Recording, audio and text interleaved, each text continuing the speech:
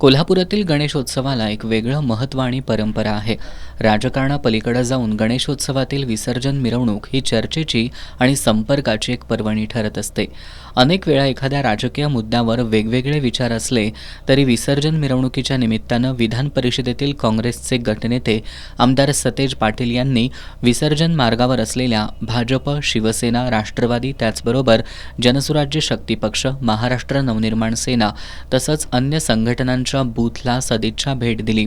यावेळी गणेश मंडळांच्या अध्यक्षांना श्रीफळ देऊन त्यांनी स्वागत केलं. शिंदे शिवसेनेच्या बूथलाही त्यांनी भेट दिली.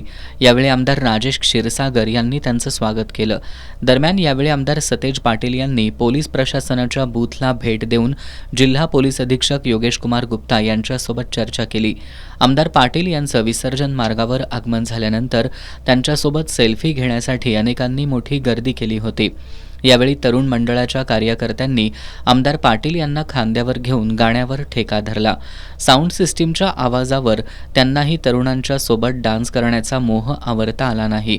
यावेळी माजी आमदार मालोजीराजे छत्रपती, मधुरिमाराजे छत्रपती, काँग्रेसचे शहराध्यक्ष सचिन चव्हाण, राष्ट्रवादी काँग्रेस शरदचंद्र पवार पक्षाचे जिल्हाध्यक्ष व्ही. पाटील, शहराध्यक्ष आर. पोवार, माजी नगरसेवक ईश्वर परमार यांच्यासह काँग्रेसचे आजी माजी नगरसेवक उपस्थित होते.